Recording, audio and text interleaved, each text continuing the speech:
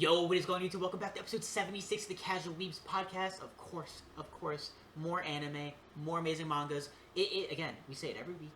It's not just we're eating good, it's not that it's great. It's that it's a great time to be a weeb. It is awesome. I got another manga video dropping, I think, next week or the week after. There's so many new ones I've been finding that are just so unbelievably good. Shout out to the people on TikTok that kind of just dropped their top fives. I've been reading them, and I'm going to suggest them to you guys, because some of them only have like 10, 15 chapters. Just so easy to read. You know what I mean? And they're just so goddamn good, so we must spread the sauce. Whoever hides the sauce, treason. Treason. You find something good, you share it. You can't gatekeep that shit. It's fucking anime. What are we gatekeeping, boys? But anyways, we have a lot to talk about for this week. It has been phenomenal. To Be Hero X video coming out soon. My god, are we ramping up into the close. My god, boys, we said this like when the Civil War thing happened. If you like stop watching it, get back into it. But we gotta just stop here, talk about Tougen Anki right now, because they did something amazing. First of all, I saw a TikTok of a dude talking about Tougen Anki where he said the exact same thing we said, but he didn't realize why.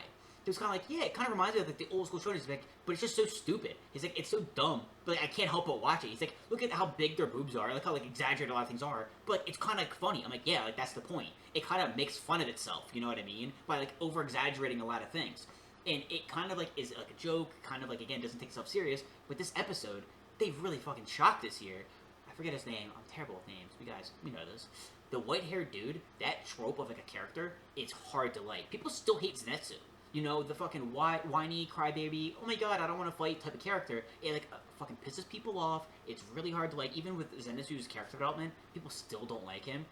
Dude, his backstory that we got this episode, that white-haired guys, and him fighting, like, his fucking blood release, one of my favorites now. This guy broke my goddamn heart, and then I was like, yo, his fighting style's sick. Like, amazing job by Tougen Anki. It kind of just shows that even though it might not take itself seriously, even though it might joke around, be a lot of laughs, it can lock in and it can get serious and it can get deep. Dude, so true. I feel like you're right on the money with that, because Tougen Anki does kind of remind you of like those classic shonens. But if you look at it, I mean, One Piece and Bleach especially, like all the characters are like, you know, super exaggerated hourglass figure, gigantic boobs, like.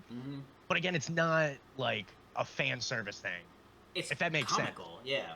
Yeah, and like a couple of the Tougen Anki characters like comment on it, like, oh, she's like dressed super revealing, or like, why are you fighting in your underwear type thing. Like, it is, yeah, kind of a joke. So it doesn't really take away from the show, where like other, you know, instances of fan service I feel like can. Fire Force. Sorry. Yeah, I wasn't gonna say it, but thank you. Got caught up there. Dude, all the characters are really good. Of course, I went and read all 200 chapters of the manga. Of course, you know, that's what I do. Spoil everything. But like, they do a great job of like giving the characters an edge, or like making them unlikable in a way, and then you like end up either getting your backstory or like the growth the character has. You're like, damn, this is actually really sick. Yeah. And like, it kind of like played into his backstory. Like, she gets sick and dies, and he kind of plays that like, you know, hypochondriac, like almost schizo, like worrywart character. And like, yeah, that can definitely get old after a while. Or like you know, like Sanji in One Piece, how he's always like freaking out over women. Like, I can understand how like certain tropes get tiresome after a while. But you get his backstory, and then he's an absolute badass with his blood release, and you're like, oh, all right, this guy's sick. Yeah, like, again, a lot of people, like, just absolutely hate that, and, like, I was even kind of like, oh, this guy's kind of, like, we're gonna deal with this the entire time, you know what I mean? When I kind of saw him in, like, the past couple episodes. But, like, yeah, this episode, not only is his backstory just so fucking good, but again, the detail in it as well, because the whole thing with him being terrified of everything is because the girl he loved, his person, you know what I mean? She made him feel, like, invincible. She made him feel so strong and so cool. But, like, we kind of go back to him jumping off the cliff, you know, his hand shaking when he grabs the towel. And it kind of shows us that, but it doesn't say anything. But then it loops back, and he's like, oh, I've always been scared. I've always been terrified. But for her, I've always pretended like I wasn't.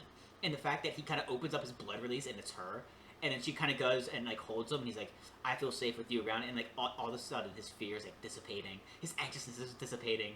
And then he just has this transformation where he looks so sick, so bad. So cool, dude. And then just fucks that thing up. Bro, he went to work. I'm like, dude, this guy's actually sick. How did he go from someone who's, like dead-ass annoying to, like, one of my favorite characters right off rip? Like, I absolutely love this guy. I want to go to bat with this guy. Like, I hope he has such, a great rest of the series. Hope nothing but good things happen to him. But, like, dude, the fact that they were able to do that, it kind of just goes to show you gotta not be, you can't sleep on Tougen Anki. Like, they'll surprise you. Dude, so true. They're really good. And I think, like, you hear like classic shonen, and it's easy to like dismiss something or be like, oh, I've already, you know, been there, done that type thing.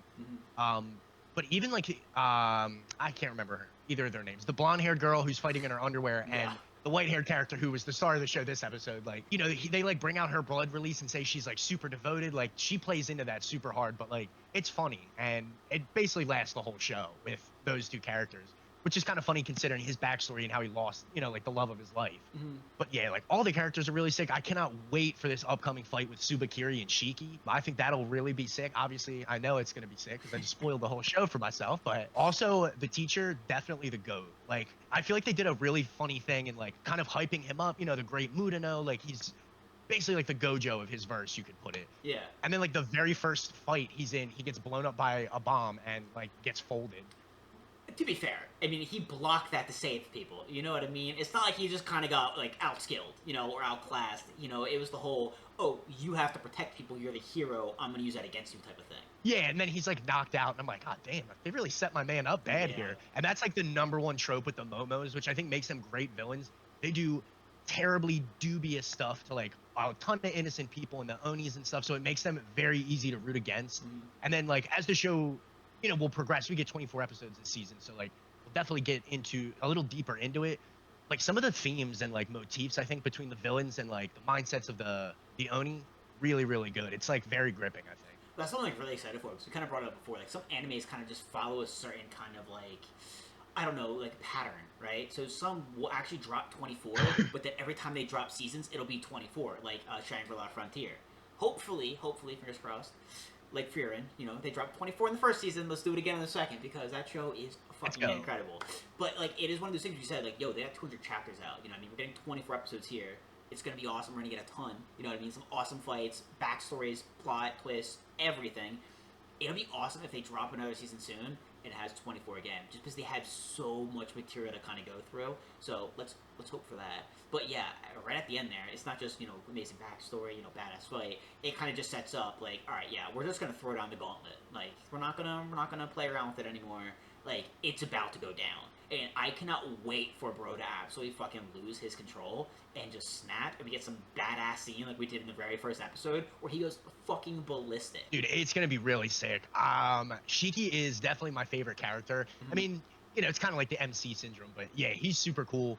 And I think it like is a pretty important fight. Like these next 2 episodes, I think we'll get a lot of like important context about Shiki, because we've really only heard like a couple things here and there, and like it's easy to overlook that or forget it, you know, 2 or 3 weeks after the episode.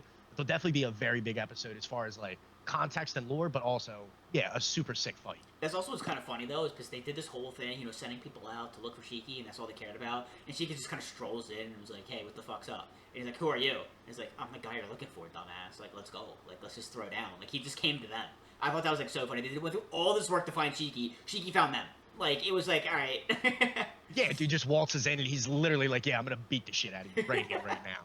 And bro's like, perfect. Like, that's great. That's what I wanted. Dude, so good. I'm so hyped for this fight. It'll really be sick. And yeah, hopefully he goes like that berserk state again.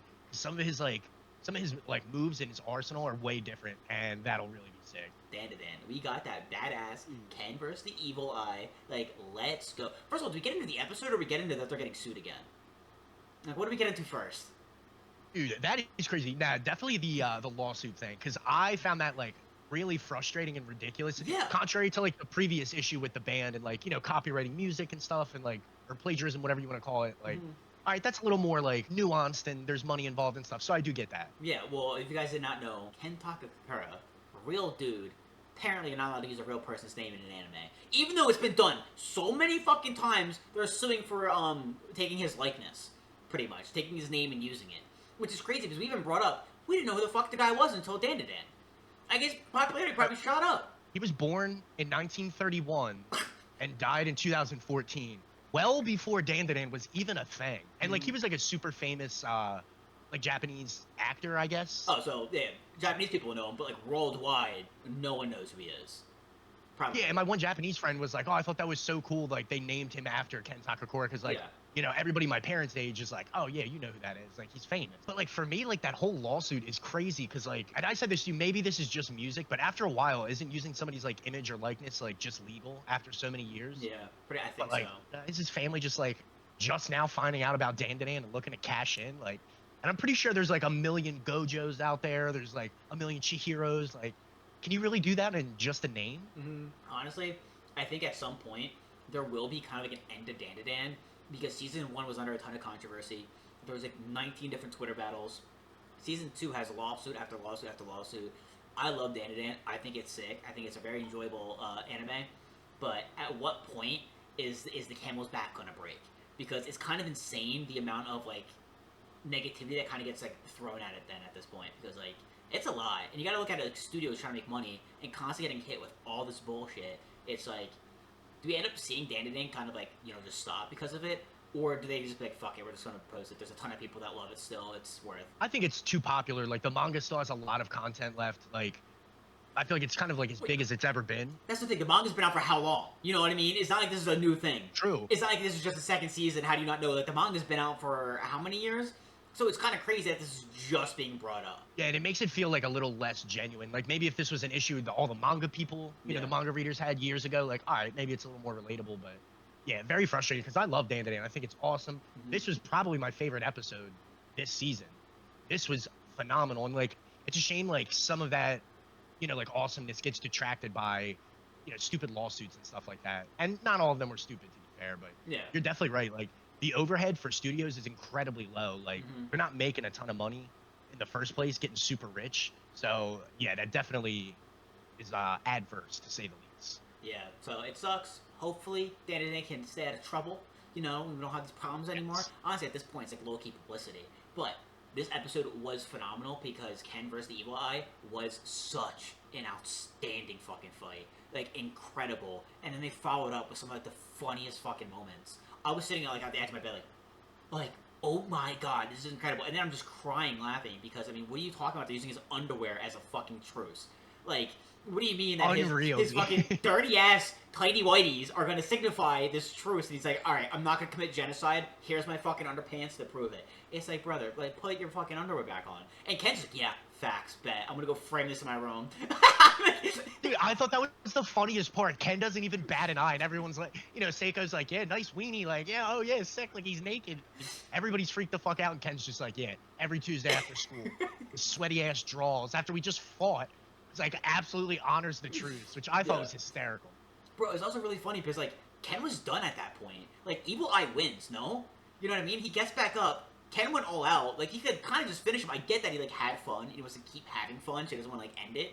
But it's like still kind of crazy there. Because like Ken's like, yeah, I'm not gonna let you like try to beat me. You know what I mean? Like if you want to beat me, well then you have to fight me. I'm not gonna fight you unless you stop killing people. He's like, all right, bet. But it's like you kind of already lost, Ken.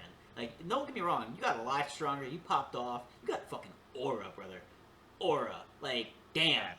But it's like, kind of crazy how that ended. Very funny, though. I love how they're like, yeah, like, I love Turbo again. He's like, this is all this fucking dumbass's idea. Like, he came up with it. It was like, you know what? I'm gonna fuck with him. I'm gonna rage bait him. And that's how you beat the Evil Eye. Rage bait.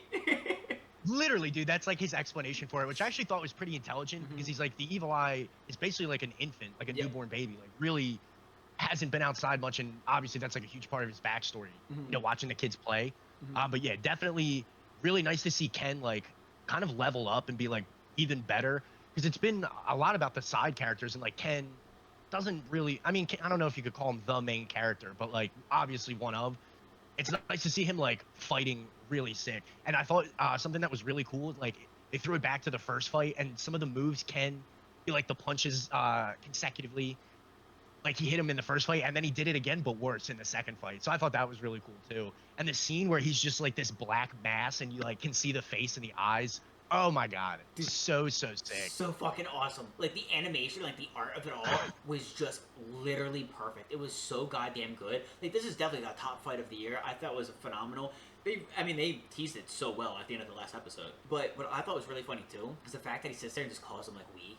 I like how like Ken's literally just kind of like fucking with him. He kind of like gets that kind of like idea. It's like, all right, he's kind of like an infant. He's kind of childish, very immature. Let's play off of this. And man, does he like play him like a fucking violin. Just sitting there, it's like, you're fucking weak and pathetic. I'm not gonna fight you. He's like, what? Like, come on, please. He's like, every Tuesday after school, don't kill people. All right, we got this. And he's like, all right, bet. like, and like he's trying hard too. Yeah, I was gonna say he almost proceeds to kick a soccer ball through like his classmate's chest. Like, Dude, that was so funny. Some really, really funny scenes, despite Mhm. this being like a serious and like action-packed episode in the beginning. Yeah. Super funny. And like the way Ken like describes it is like, I'm not gonna bully like a weakling. I was like, ooh, damn, he got you right there. That was pretty tough. Yeah, you know that one hurt. Like he's gonna be thinking about that one later, and he's gonna be real pissed off about that. But like, it's so funny how he's trying so hard too. How he's like, geez, like yeah, like he's come out a bit, but like he's really making sure he's on his best behavior because he wants to fight Ken. And then Momo even sees it, but she sees him turn. She's like, I gotta turn him back. He's like, he is trying. Fuck it, let's let him go to school for the day. Dude, it's just an insane thing to do. They're like, yeah, let's just let him go to school. Like, he's trying. I He's, like the scene where smashing they're the like at the desk. vending machine and she's like trying to get him something hot to turn him back. And he's Mhm. just like menacing at the vending machine, like in his school outfit. So fucking funny. Classic DanDaDan right there. Yeah, dude, I thought it was so goddamn funny. Him just like staying in uniform, and then him also just like pounding the desk. And I was like, dude, like, geez, what the fuck? She's like, bro, like you're in school, like you can't be doing that, Evil Eye. You gotta be quiet. You gotta take notes. Like to be fair though, like with how Gigi is, do you really think there's a difference between Gigi and Evil Eye in class? Yeah, absolutely not. Yeah. One's just like a class clown and the other is like the class menace. Very much the what is it? Two sides of the same coin, I feel Yeah. like. Very good point. Dude, I thought that was so goddamn funny. I cannot wait for more of those like really funny moments of like the Evil Eye kind of being a child. You know what I mean? Him kind of just being very immature and like doing dumb shit like that, where it's just like, yo, like relax. We're in public. Stop doing this. You know, I cannot wait to see Momo's like fucking blood pressure go through the roof trying to like take care of Evil Eye.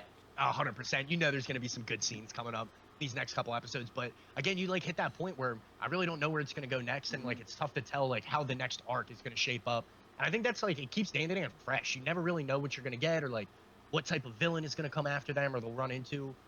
So I'm excited as always, but yeah, I think that's something really unique about DanDaDan. Like, it also helps not reading an entire manga before the season's finished.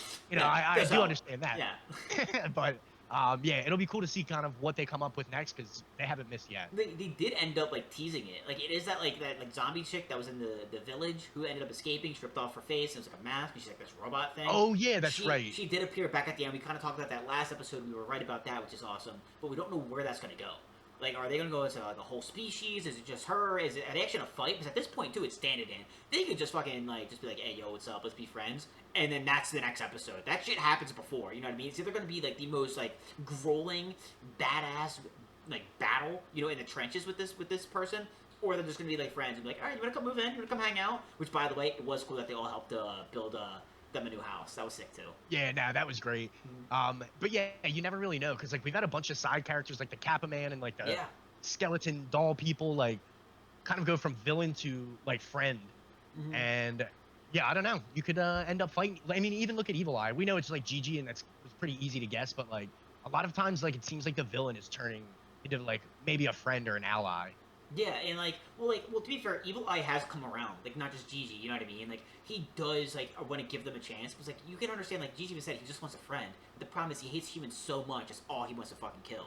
So I think battling with Ken more, he's gonna end up kind of like, hey, you know what? All humans aren't that bad, and kind of like loosen up on that, you know, and not have to be bribed to not kill a ton of people. Nah, you're definitely right. I think and that would be cool too to see that growth and kind of like get on par with like everybody else, so that Evil Eye's like more of an asset and a character rather than like a pain in their ass type Yeah. thing.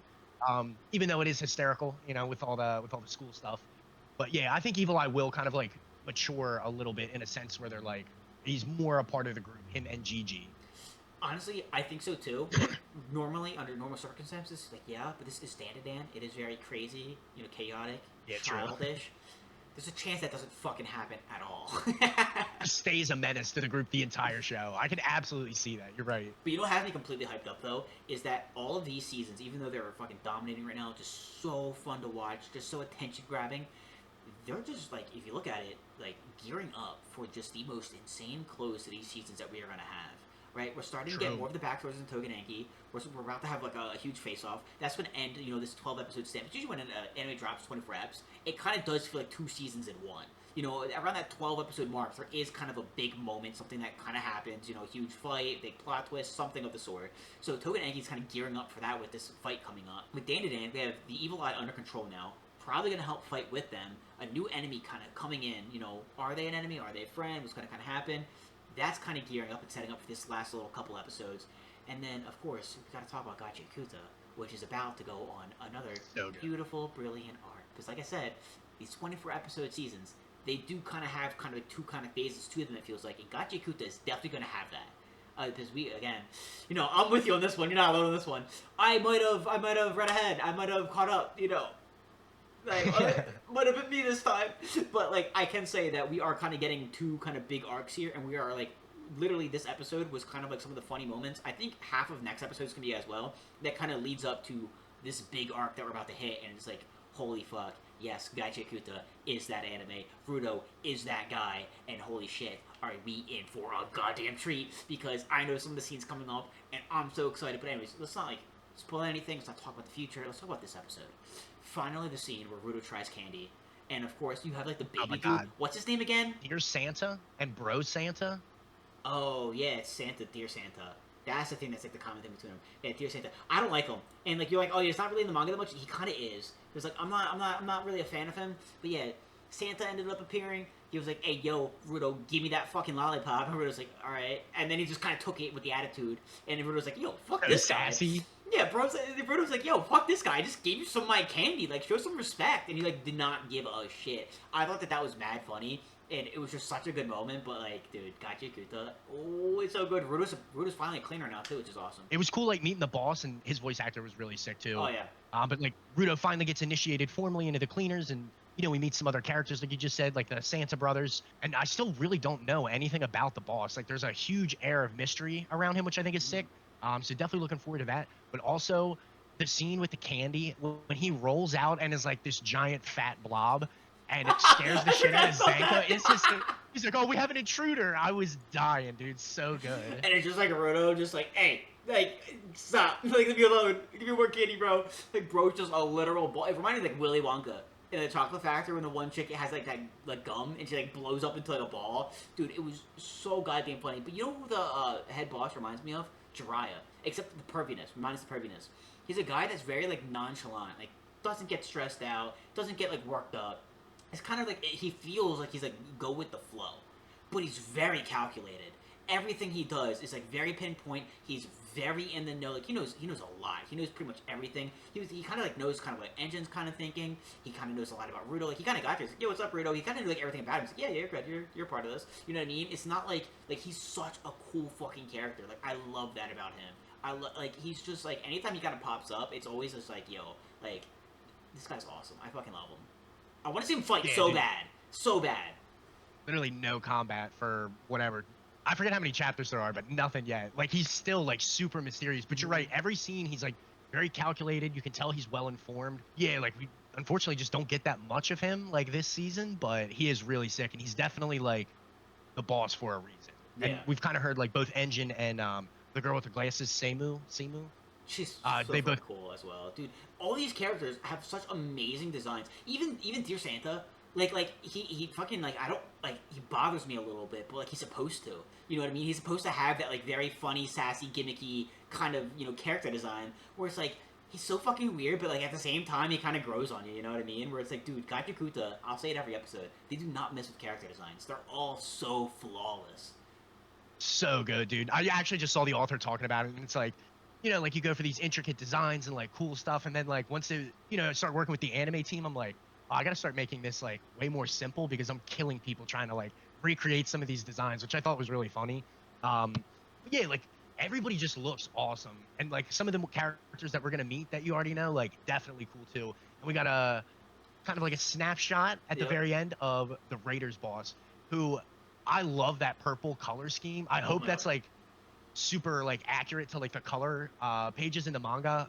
Literally goated. He looks so sick, and he also dropped some fire at the very end.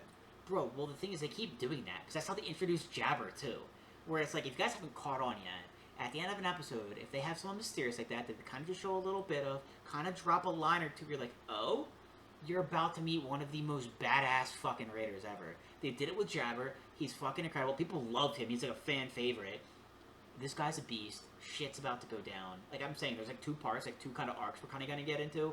This one's awesome, and I cannot wait for it. I think this is one of the moments where I said like last podcast that this is gonna be one of the moments where the internet breaks. I feel like this is gonna be the first time Gachiakuta breaks the internet. Is gonna be with this arc coming up, and I'm so excited for that. You know, sadly, there's not like a whole lot to talk about because this episode and next episode are kind of like building up to it. But when that arc kind of starts going, it starts going. Like the train is speeding up here, guys, and pretty soon it's about to be a runaway train flying down the track at fucking Mach Jesus, and there's no stopping it. Like, Gachiakuta is about to hit. It's about to be Gachiakuta, and I'm so hyped. I'm so fucking pumped. Dude, you're so spot on with that, because, like, you know, it feels a little like slice of life-ish, or, like, you know, going around the HQ and, like, meeting certain people and, like, he's eating candy, but, like, once it takes off, it doesn't really stop. Like, you might get another episode like this, but, you know, compared to whatever, 30 or 40, basically 2 full seasons worth of, like, straight action, and it doesn't really slow down, so I'm looking forward to it.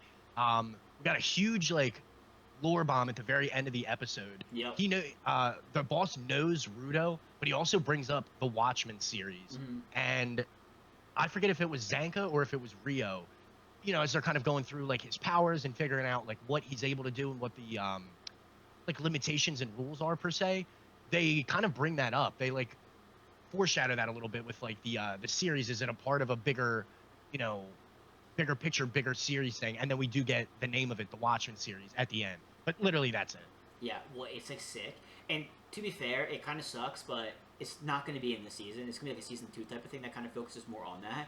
But that is a really cool aspect that, like, root of all people, these shitty gloves, remember these torn, disgusting gloves that we've been hearing about since, like, the first episode, turn out to be, like, this, you know, very, like, powerful thing. It's, like, special. Because these weapons, they're, like, literally possessions that you care deeply about and you put a soul into it.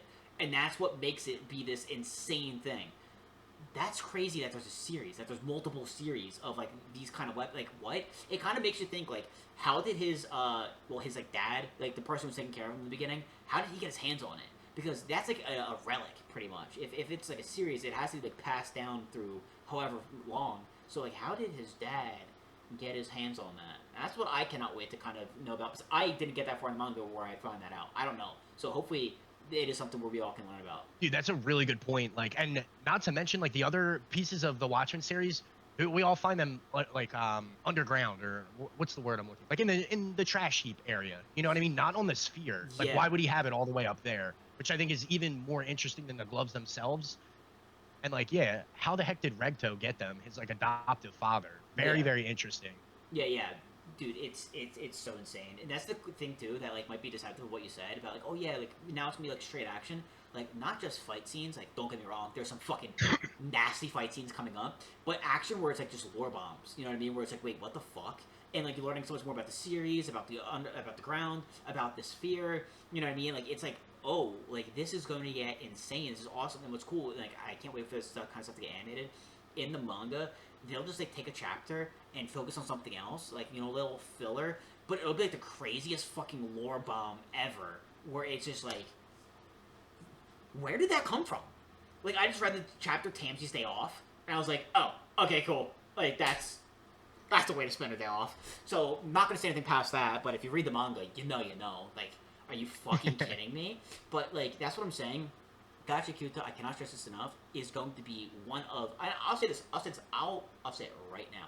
It might be biased. I don't give a fuck. As someone who has read the manga for what the season 1's going to be, this beats out Solo Leveling Season 2 for Anime of the Year. This has my vote. And I've been pretty unbiased with that stuff, where I'm like, okay, like, I'll give this kind of gets a nomination, but, like, you know, Solo Leveling Season 2, like, it's gotta win. Like, it just has the numbers. It did the records and shit. Bruh. Gachiakuta Season 1 is going to be that fucking good. We're going to have some insane arcs coming up, meet some insane characters, and have some absolute, like, what is going on happen. It's like, dude, I cannot wait. I really cannot wait. I think it's going to win. I hope so. And at least I think there's no way it doesn't get nominated. If it wins, yeah, that's another story. But for me, like you said, I am a little biased. Like, I dove in because it looks so sick. The recommendations of the, like, the authors, like, kind of, like, I don't say famous, but, like, for an author, like, pretty famous, you know what I mean? Like, she's super cool. Like, there's just so much to love, and I would love to see it, like, get that recognition that we got with, like, you know, Kaiju and Solo Leveling. Like, I definitely think it's on par, if not better, than both of those season 1s, and they were, like, all the way up there. You know, Jujutsu Kaisen the same way. Like, I don't see how it doesn't get that praise. Also, even furthermore, I'd say it'd be better than a lot of the seasons they're dropping even currently, not just season ones. Because again, Gachiakuta, like, okay, like the author even said, like, hey, I made my characters a little too intricate. Like, I hit a little too hard with these, and she did. Like, those characters are so like well designed and they're so like out there and unique. You know what I mean? They're fucking awesome, and the anime is capturing that really nicely. But apparently, it's putting the animators through a lot. But like, the characters are better than a lot of shit that's out right now. Right, like I love Kaiju 8. Some of those characters are pretty fucking cookie cutter. You know what I mean? Especially like their designs, like their aesthetics. You know?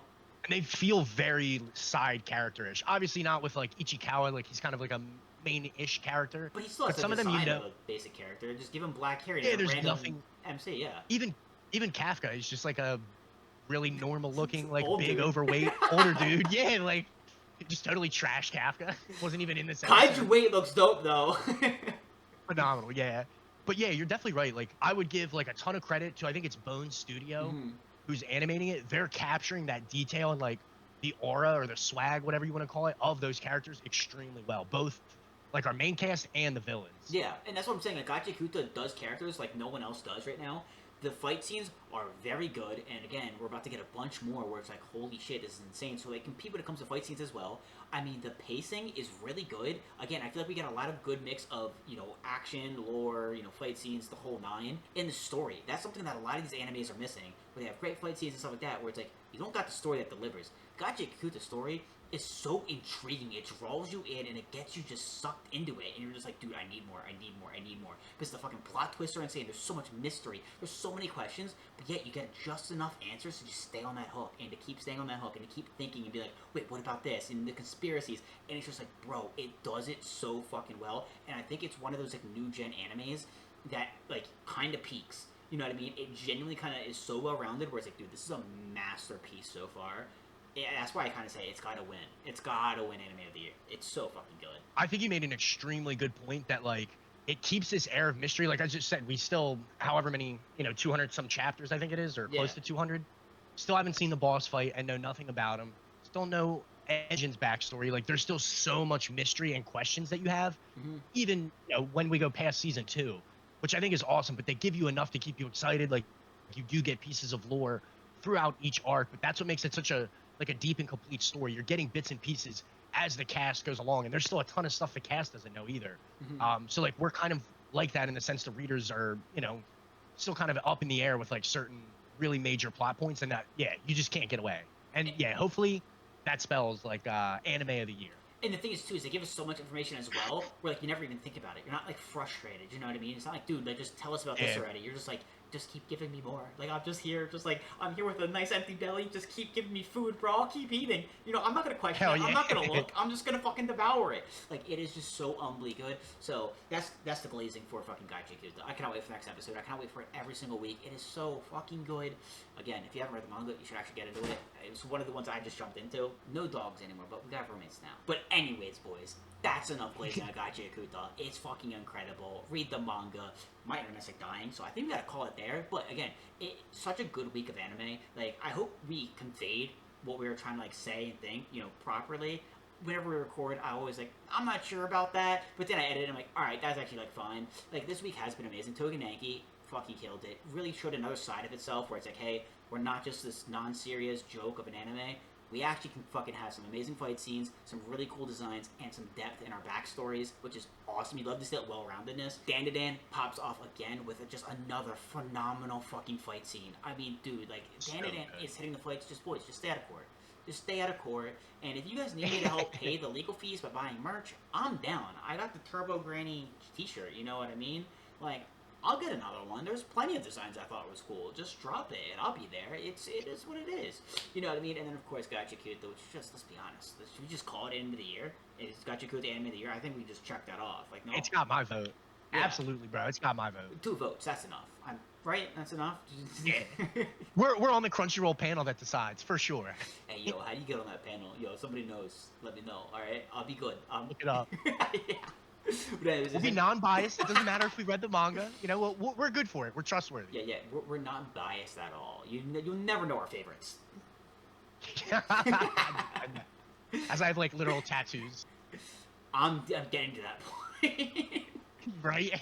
I'm not gonna drop the Gachiakuta merch. I'm just gonna have that fucking design and to get it fucking tattooed on me. You know what I mean? Dude. And then I'm like, oh, I have a picture of Engine's tattoos, and it's like, all right, I'm probably not gonna tattoo like my whole body like that, but Don't they do are that. sick. Don't do that. And like I noticed in this episode, he has like rings tattooed around his fingers. I'm like, dude, man has spent mad time in the ink shop. Bro, they are sick. I have kind of seen a little sneak peek of them. You're gonna love them. They're sick. But is there anything you would add to this amazing week of anime? Dude, so good. I cannot wait for next week. And like you said earlier, if you fell off of 2B Hero X, get back in because it's peaking. It's excellent. Dragon Boy is an awesome character. They're introducing a lot of the most recent ones have been pretty fucking awesome. And then also we're seeing a lot more of X. And it's pretty awesome. I don't want to spoil too much, but we actually got to like see his powers for like the first time ever. You know, before he just snaps and then it's just like, oh my god, did I win? It's like, no, you got fucking tossed, apparently. Like, you got destroyed in a fraction of a second. Now we actually get to see kind of what he does. So, 2 more episodes left. 2. That's it. And then it's done. And it's gonna be fucking awesome. We're dropping a bunch of videos, don't you worry. But, hope you guys enjoyed. Again, we're gonna be dropping a ton of videos. I've been binging a ton of new manga and manhwa. I'm doing videos on them. There's 2B Hero X, which has been awesome. The next season is about to drop. It's gonna have some heat. It's gonna be as stacked? No, but it's gonna have a lot of heat, and we're gonna be like pretty busy. It's like, yeah, like that's anime now, boys. But hope you guys enjoyed. It's amazing. That's it, though, guys. Later, guys. Have a good week. And peace. Oh, not the lag. I wait. It's good.